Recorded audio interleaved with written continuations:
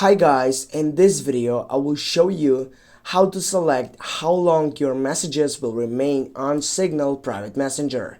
Firstly, when you log in into your application, you need simply to go to your settings side on your account.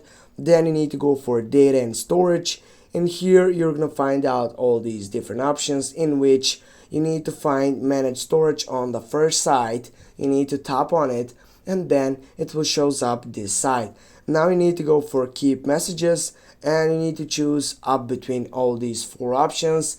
On my side I will just select that setup in which I will know it will be for 1 year, and it says delete older messages. Here you need to, I don't know, to consider what is the most important for you to delete it or not. If you're not, you're not gonna be able to change that setup.